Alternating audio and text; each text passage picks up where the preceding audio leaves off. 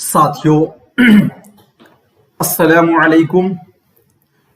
मैं निशात अहमद आप तमाम साथियों का इस्तकबाल करता हूं, खैर मकदम करता हूं, वेलकम करता हूं आपके। तो अगर मैं बात करूं तो हमने अब तक जो पढ़ा है वो साथियों वली औरंगाबादी के बारे में पढ़ा है, और उसके बाद हमने दूसरा एक वीडियो पढ़ा है मीर तकी मीर के बारे में पढ़ा है।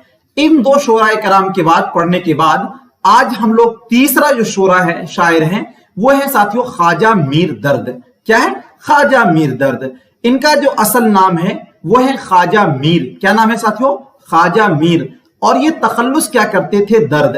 क्या तखल्लुस क्या करते थे? दर्द जी। उसके बाद आगे है साथियों कि इनके वालिद का नाम था ख्वाजा मोहम्मद नासिर। क्या नाम था इनके वालिद का? ख्वाजा मोहम्मद नासिर। फारसी के एक अच्छे शायर थे और तखल्लुस इंदिलीब रखा करते थे। क्या करते साथियों? इंदिलीब ये तखल्लुस क्या करते थे। उसके बाद आगे जी, पैदाइश में अगर बात करूं तो 1721 में इनकी पैदाइश हुई थी दिल्ली में, और इनकी जो वफात है वो 1785 ईस्वी में हुई थी। देखिए अगर आप सिलेबस की बात करोगे तो सिलेबस में बेसिकली ये टॉपिक नहीं है, लेकिन बहुत छोटा टॉपिक है और इस टॉपिक से एक दो क्वेश्चन कभी कभार पूछ लिए जाते हैं, तो इसलिए मैंने इसको इंक्लूड कर दिया है। ठीक है। और क्योंकि मैंने आपको उधर 1721 वाला है, तो ये करीब करीब जो 1700 के बाद हमने 1600 से चला था, तो ये 1700 मैंने इंक्लूड कर दिया। ये बड़ा टॉपिक नहीं है। ओके चलिए, तो साथियों हमने क्या जाना कि 1721 में इनकी दिल्ली में पैदाइश हुई और वफात भी इनकी दिल्ली में हो गई थी। इनके आबा व अजदाद जो है बखारा से औरंगजेब के दौर में हिंदुस्तान आया था। किसके दौर में साथियों? तो औरंगजेब के दौर में। किसके दौर में साथियों? औरंगजेब रहमतुल्लाह अलैह के दौर में इनके जो आबा व अजदाद थे, यानी दादा परदादा जो थे, वो साथियों बुखारा से हिंदुस्तान आए थे। ओके चलिए, ख्वाजा मीर दर्द का ताल्लुक तसव्वुफ के नक्शबंदिया सिलसिले से है। यह है साथियों मोस्ट वीवीआई टॉपिक, याद रखिएगा। पूछा जाता है कि ख्वाजा मीर दर्द का ताल्लुक किस तसव्वुफ के किस सिलसिले से है, तो सिलसिले का मतलब यह हुआ कि नक्शबंदिया सिलसिले से है जी।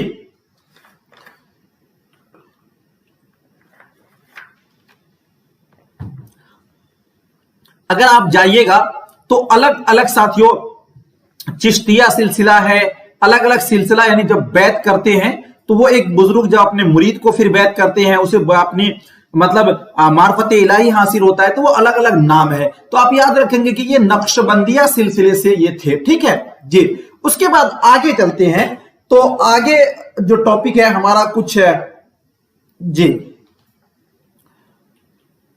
आगे है कि साथियों 15 साल की उम्र में रिसाला असरारुस सलाह, क्या नाम है साथियों?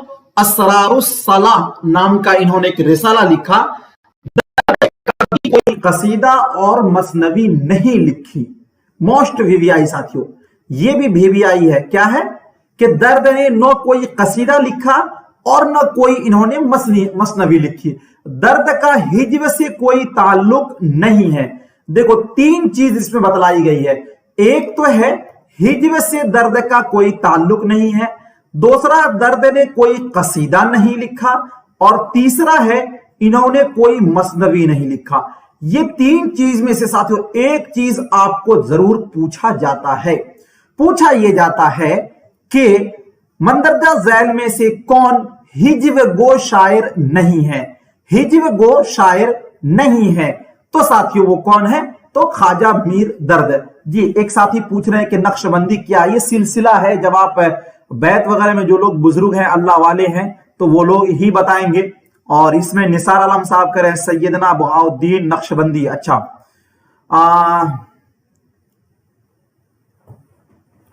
ठीक है, ओके चलिए। तो अब आपको पता क्या चला कि अगर ये टॉपिक ये क्वेश्चन पूछ लिया जाए कि मंदरजा झैल में कौन हिज्व गो शायर नहीं है, अगर वहां पर दर्द का नाम हो तो आप इसका टॉपिक ये आंसर लगा दीजिएगा। और अगर आपको ये पूछ ले कि मंदरजा झैल में कौन ऐसे हैं जो कसीदा नहीं लिखे हैं, तो उसमें भी साथियों ख्वाजा मीर दर्द का। देखिए मैं सभी का आंसर दूंगा, लेकिन लास्ट में अभी आप कीजिएगा ना तो माहौल थोड़ा सा डिस्टर्ब हो जाएगा। ठीक है जी। उसके बाद आगे चलते हैं, 3 नंबर में है मसनवी। अगर आपको ये पूछ ले कि मंदरजा झैल में किसने कोई भी मसनवी नहीं लिखी, तो साथियों मीर दर्द का। गोया कि ये तीन जो है मोस्ट वीवीआई है साथियों, ये बार बार पूछा जाता है और अक्सर लोगों को कंफ्यूजन ये होता है कि कसीदा नहीं लिखा फिर भी दर्द, मसनवी नहीं लिखा फिर भी दर्द, और हिजवे गो शायर नहीं फिर भी दर्द। गोया के साथियों फिर दर्द कैसे शायर हैं? तो दर्द जो है एक तसव्वुफ वाले शायर हैं, एक तसव्वुफ के शायर है जी, ठीक है, याद रखिएगा। उसके बाद साथियों असरारुस सलाह दर्द की पहली तसनीफ है जिसमें फराइज नमाज के 7 अरकान बयान किए गए हैं जी, फराइज नमाज के 7 अरकान बयान किए गए हैं। ठीक है साथियों। चलिए उसके बाद आगे चलते हैं। दीवाने दर्द क्या है साथियों? दीवाने दर्द ये दीवान 1752 से 1759 के दरमियान मुरत्तब हुआ। इसमें तकरीबन 1500 अशार शामिल हैं और ज्यादातर गजलें हैं। ज्यादातर क्या है साथियों?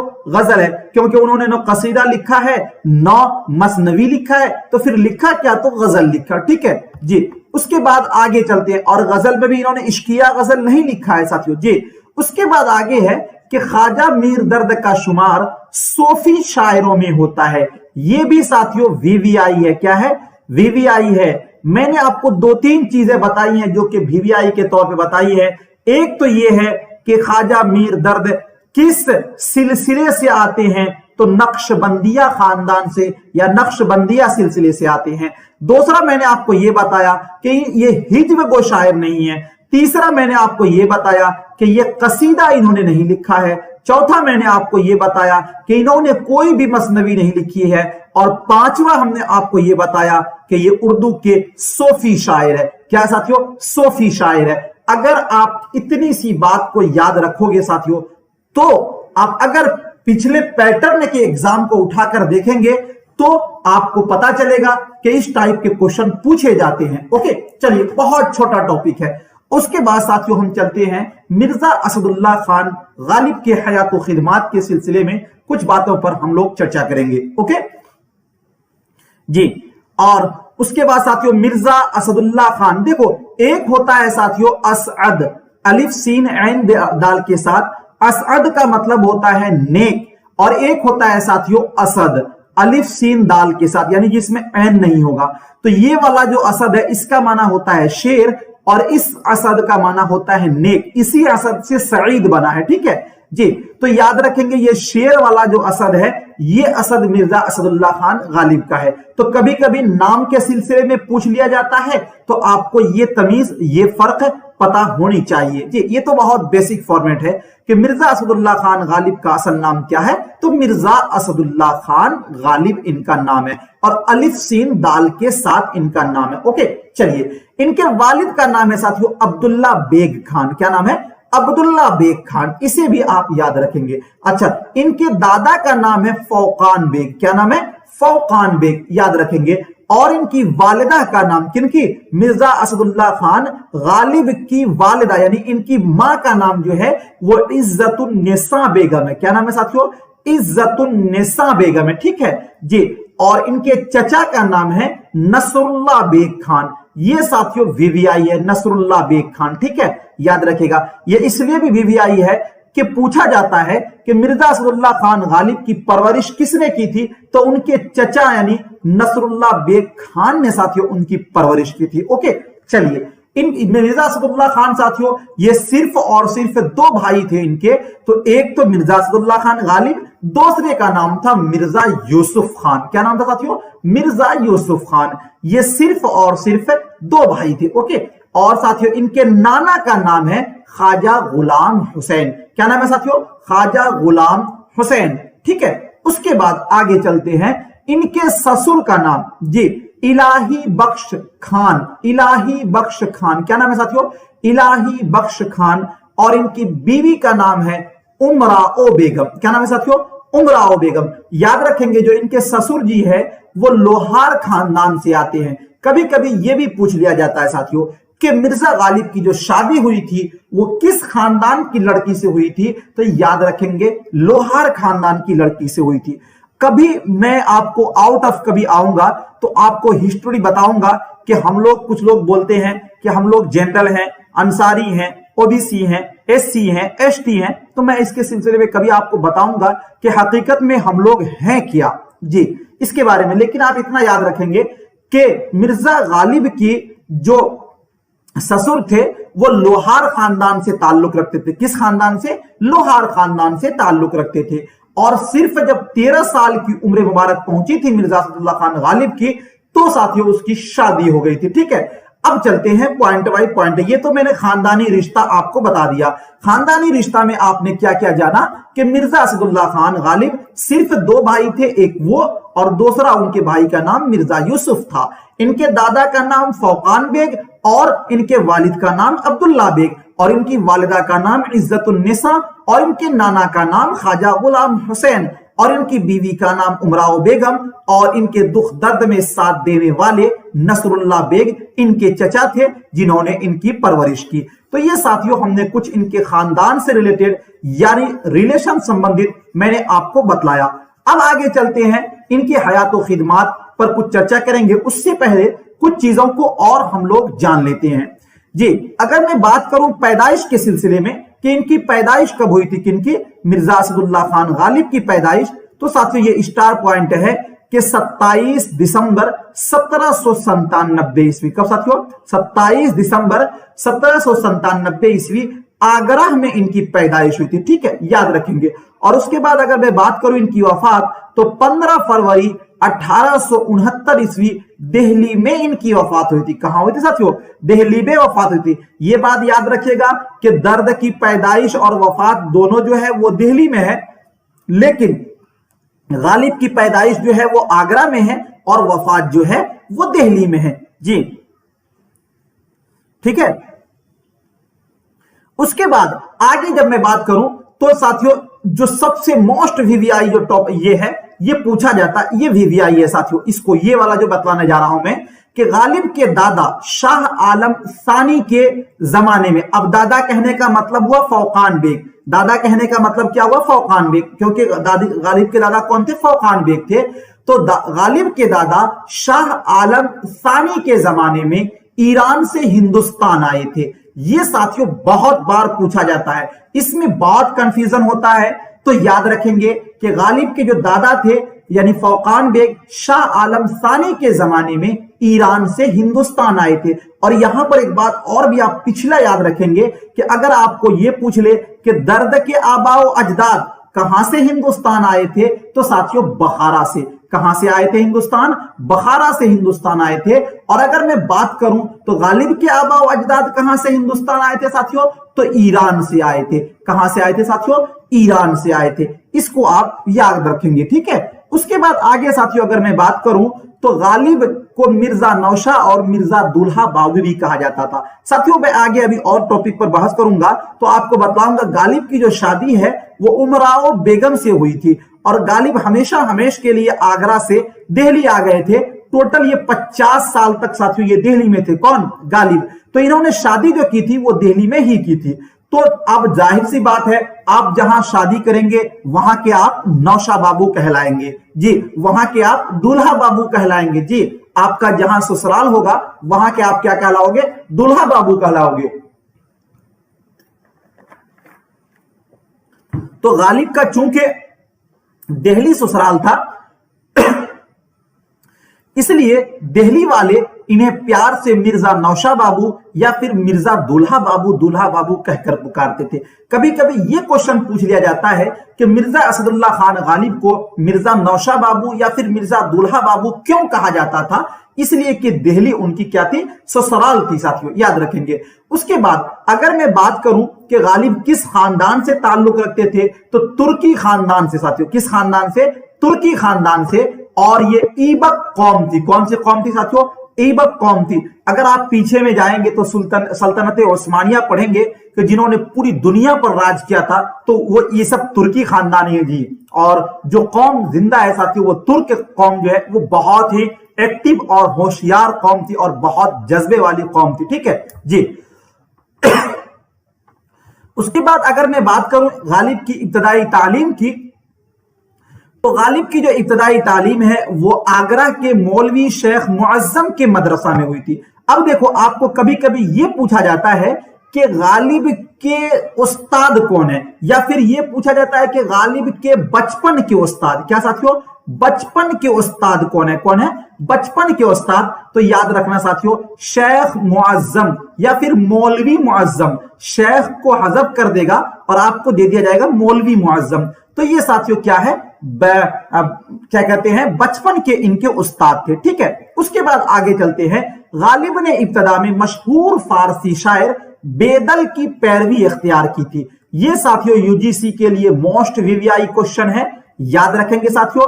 ये मोस्ट टॉपिक है किसकी, बेदल जो फारसी के एक बहुत बड़े शायर थे, इनकी इन्होंने पैरवी इख्तियार की थी। पैरवी इख्तियार करने का यह मतलब है कि उनके नक्शो कदम पे चल रहे थे। ठीक है, उसके बाद आगे चलते हैं। गालिब की शादी महज 13 साल की उम्र में इलाही बख्श खान की लड़की से 1810 ईस्वी में हुई थी, जो एक लोहार खानदान की थी। जी क्या, जो एक लोहार खानदान की थी। अब देखो, अगर आपको यह पता हो कि गालिब की शादी 13 साल की उम्र में हुई थी, तो आप इसका ईस्वी निकाल सकते हो बहुत इजी तरीके से।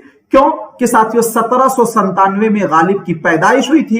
अब इसमें क्या करेंगे, 13 आप इसमें जोड़ दोगे, 13 इसमें जोड़ दीजिएगा तो 7 3 10 के 0 हासिल रहा 1, 9 1 10 1 11 के 1 हासिल रहा 1, 7 1 8 और साथियों 1 के 1, तो 1810 हो गया। तो ये 1810 में गालिब की शादी हुई थी। इसी तरह साथियों अगर आप आगे चलेंगे तो 9 साल की जब उम्र हुई थी गालिब की, तो उसके चचा इंतकाल कर चुके थे, तो उसको भी आप बहुत इजीली आसानी तरीके से निकाल सकते हैं। 1797 में आप 9 जोड़ देंगे तो साथियों 9 और 7 आपका 16 के 6 हासिल 1, 9 और 1 10 के 0 हासिल रहा 1, 7 1 8 और 1, 1806 ईस्वी में गालिब के चचा का इंतकाल हो गया था। ये आप निकाल सकते हैं, बहुत इजीली है, लेकिन ये सब कॉन्सेप्ट आपको पता होगा तब। ओके, गालिब के 7 बच्चे थे। कितने बच्चे हुए थे साथियों, 7 बच्चे हुए थे गालिब के, और 7 फौत हो गए, यानी 7 इस दुनिया से चले गए, कोई नहीं रहे। इसके बाद गालिब ने अपनी बीवी के भांजे, याद रखना साथियों, कौन, बीवी के भांजे ज़ैनुल आबिदीन खान आरिफ।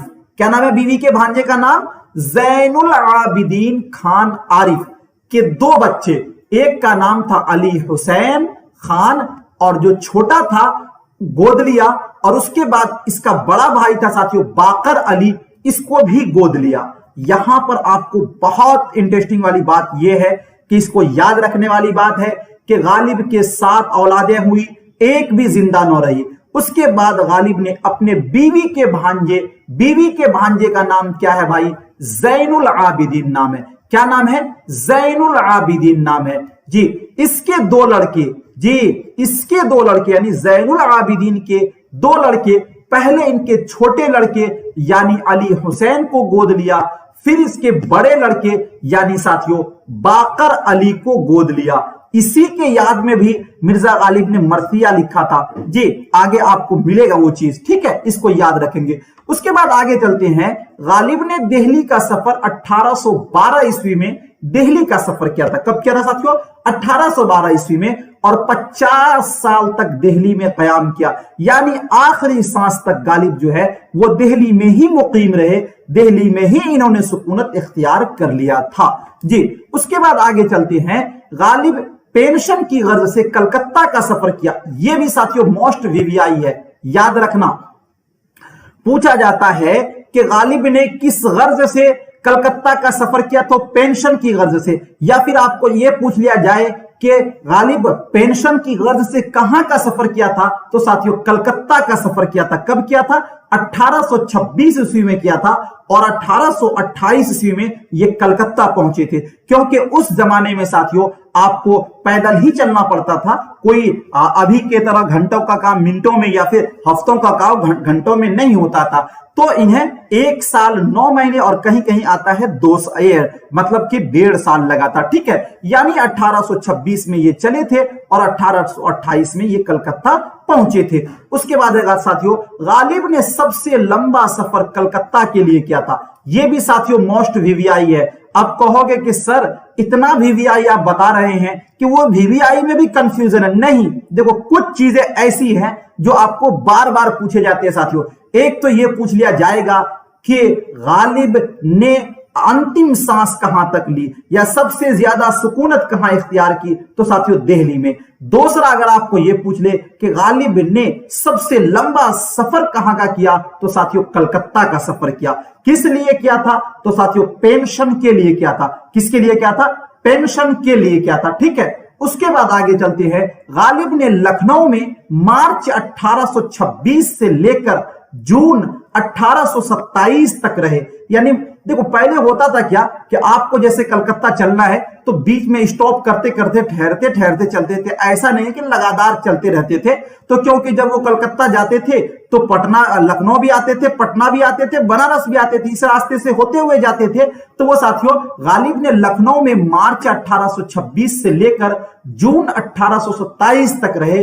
गालिब की मुलाकात इसी दौरान साथियों मीर अनीस से हुई थी। ये भी आपका वीवीआई है, ये भी आपका वीवीआई है साथियों। पूछा ये जाएगा कि गालिब की मुलाकात लखनऊ में किससे हुई, तो मीर अनीस से। और अगर आपको यह क्वेश्चन पूछ लिया जाए कि गालिब जिस वक्त कलकत्ता का सफर कर रहे थे उस वक्त लखनऊ में आपकी मुलाकात किससे हुई थी, तो साथियों उर्दू का उमर या फिर उर्दू मरसिया का क्या कहते हैं बाबा आदम मीर अनीस से गालिब की मुलाकात हुई थी। कहां पे मुलाकात हुई थी साथियों, जी कहां पर हुई थी, लखनऊ में हुई थी। कहां पर हुई थी साथियों, लखनऊ में हुई थी। बराए मेहरबानी आप लोग कोई भी साथी कमेंट मत कीजिए, और पढ़ने वालों को दिक्कत हो रही है तो बराए मेहरबानी ऐसा न करेंगे। जब हमारी बातें समाप्त हो जाएंगी तो आप जो भी कमेंट करेंगे उसको मैं जरूर लूंगा, लेकिन वो एक चीज का एक दायरा है, उससे आप आगे बढ़ेंगे तो फिर मुश्किल हो जाती है, ठीक है जी, ऐसा मत कीजिए। तो साथियों आपको ये जानना बहुत जरूरी है कि गालिब ने सबसे लंबा सफर कहां किया, तो कलकत्ता के लिए किया। कब किया, 1826 से लेकर 1828 तक। और दौरान सफर में लखनऊ में इन्होंने मार्च 1826 से लेकर 1827 तक रहे। और फिर इनको यहां पर साथियों मुलाकात हुई किससे, मीर अनीस से इनकी मुलाकात हुई। जी इस चीज को आप याद रखेंगे। उसके बाद आगे बढ़ते हैं साथियों कि गालिब बहादुर शाह जफर के उस्ताद थे। ऐसे तो बहादुर शाह जफर जो कि मुगल खानदान का आखिरी बादशाह है, इसके उस्ताद तो साथियों शेख इब्राहिम ज़ौक़ आता है। कौन आता है, शेख इब्राहिम ज़ौक़ के बारे में आता है। लेकिन गालिब भी उनके उस्ताद थे। जब शेख इब्राहिम ज़ौक़ इंतकाल कर गए तो उसके बाद साथियों गालिब जो है वो उनके दरबारी शायर हो गए थे। किनके, तो बहादुर शाह जफर के। और बहादुर शाह जफर की तरफ से गालिब को वजीफा के तौर पर 50 रुपए माहना मिलता था। क्या मिलता था साथियों, 50 रुपए माहना मिलता था जी।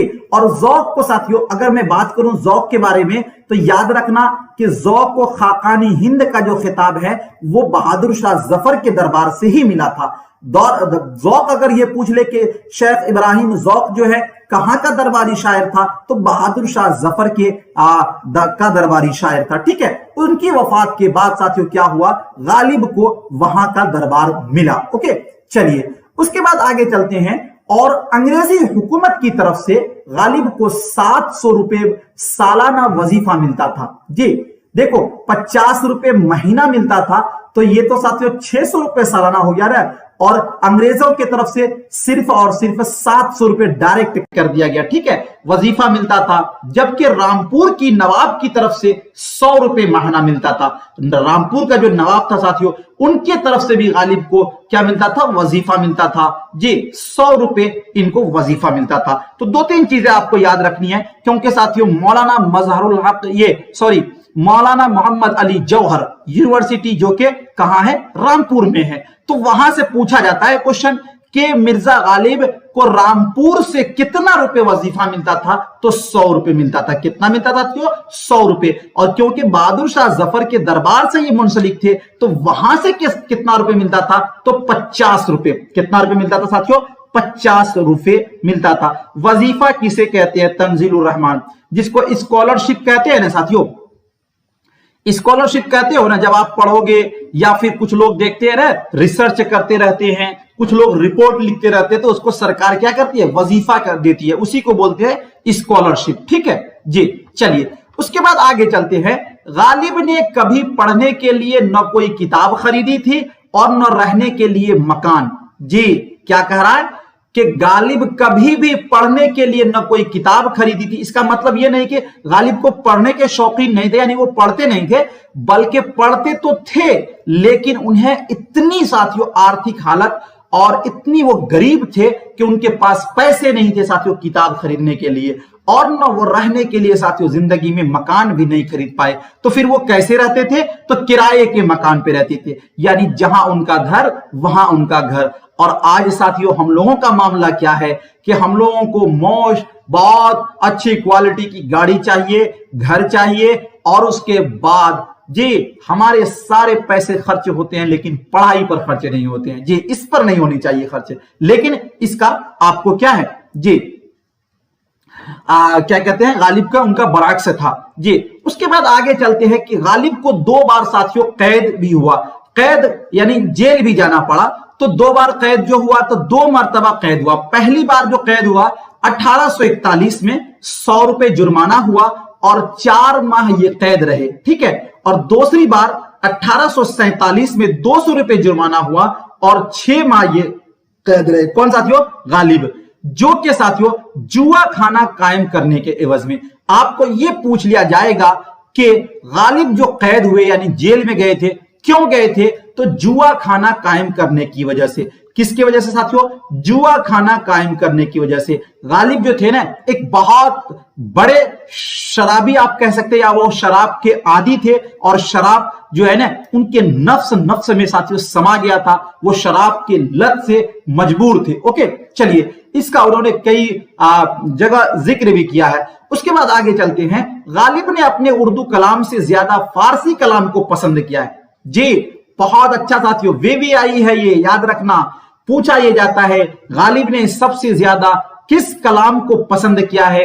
تو فارسی کلام کو پسند کیا ہے. اسی لیے غالب نے اردو کلام کو بے رنگ منست کہا ہے.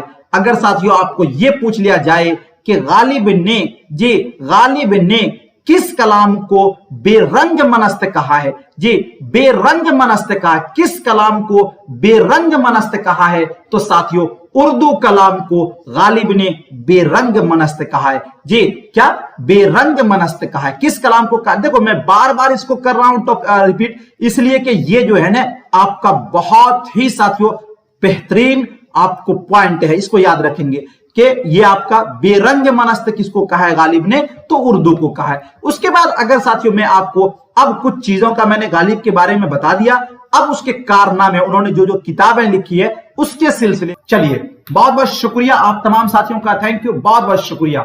ملتے ہیں نیکسٹ ٹاپک میں، نیکسٹ ویڈیو میں.